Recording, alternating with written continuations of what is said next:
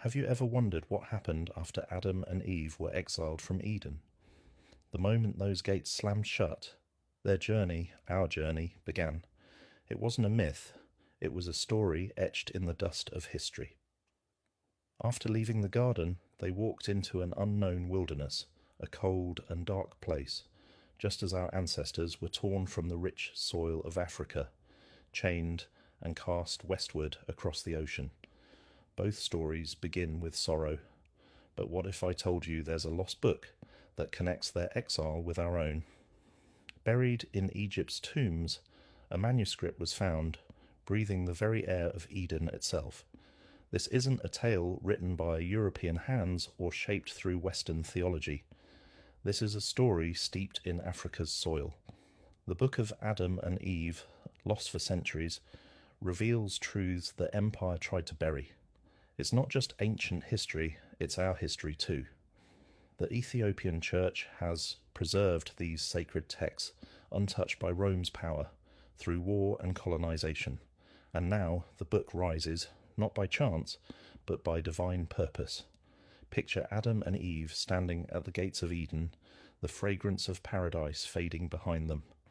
God didn't send them north to fertile lands or south to peaceful valleys.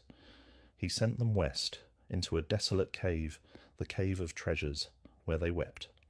Their cry was the first exile, and the ache of God's absence is something we still feel today. Our ancestors sang spirituals under the weight of bondage, but God never abandoned them.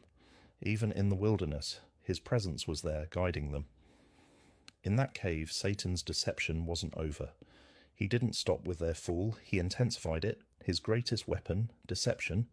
He took the form of beautiful, radiant women, tempting Adam to marry Eve before God's appointed time. Satan knows that if you reach before the appointed time, he steals your blessing. But Adam, remembering the pain of disobedience, fasted, prayed, and resisted. This is more than ancient text. It's a warning for us today. Satan still dresses lies in beauty, whether it's fame, success, or relationships. He wants to distract you from your purpose. Adam and Eve waited for divine timing, and when they did, heaven moved first. Angels came, bearing gifts of gold, incense, and myrrh, symbolizing worth, worship, and sacrifice.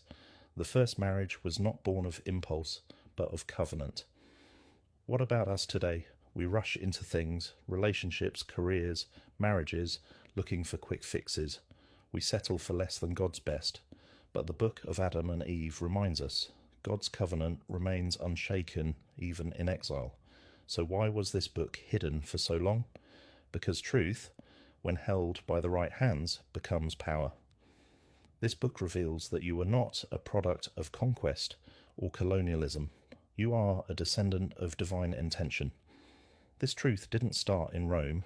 It began in Africa before European empires ever existed. This isn't just a story of Adam and Eve. This is the story of us all. Our exile, our endurance, and the return to the identity God gave us from the very beginning. Rise from your cave, reclaim your covenant, the garden awaits. If this truth stirs your spirit, don't stay silent. Type 77 in the comments if you believe this message must be heard. Share it, like it, and subscribe. There's so much more to uncover. More lost books, more divine fire. Stay awakened, stay armoured, your garden is